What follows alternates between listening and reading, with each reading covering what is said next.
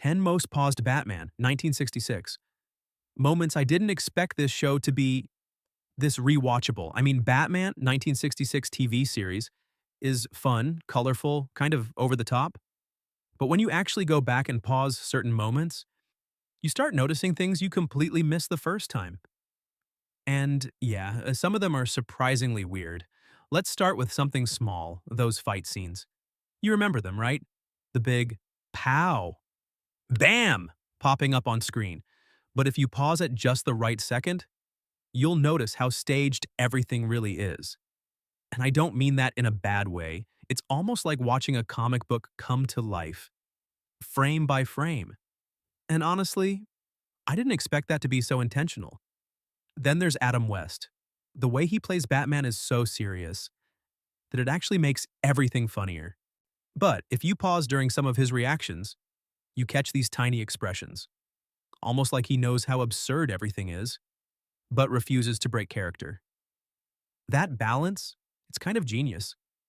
Now, here's something I didn't notice before: the backgrounds.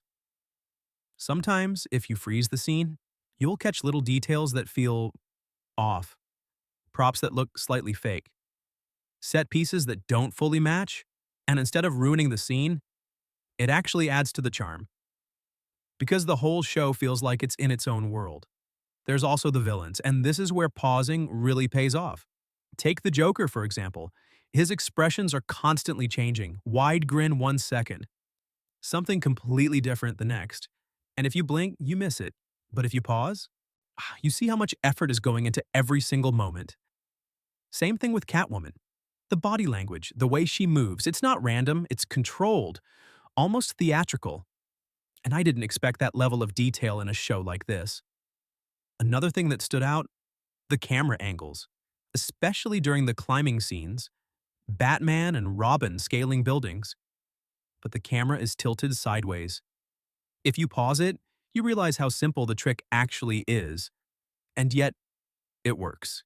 Even now, and I think that says a lot, there are also moments where things just feel slightly off timing-wise, like a reaction comes a second too late, or a line lands in an unexpected way. But instead of feeling like a mistake, it becomes part of the humor. That awkward rhythm, it's part of the identity. And yeah, I didn't expect that to matter so much. What really caught me, though, were the quiet moments. Not the action, not the big scenes, just small reactions. A glance, a pause before a line. Things you only notice when you stop the frame. And suddenly, the show feels different. Less like a fast-moving series, and more like something carefully built, piece by piece. And I think that's why people keep going back to it. Not just for nostalgia, but because there's more there than you remember. It's exaggerated. It's colorful. Sometimes it doesn't even try to be realistic. But when you slow it down, you start to see the effort behind all of it. And honestly, that made me appreciate it way more than I expected.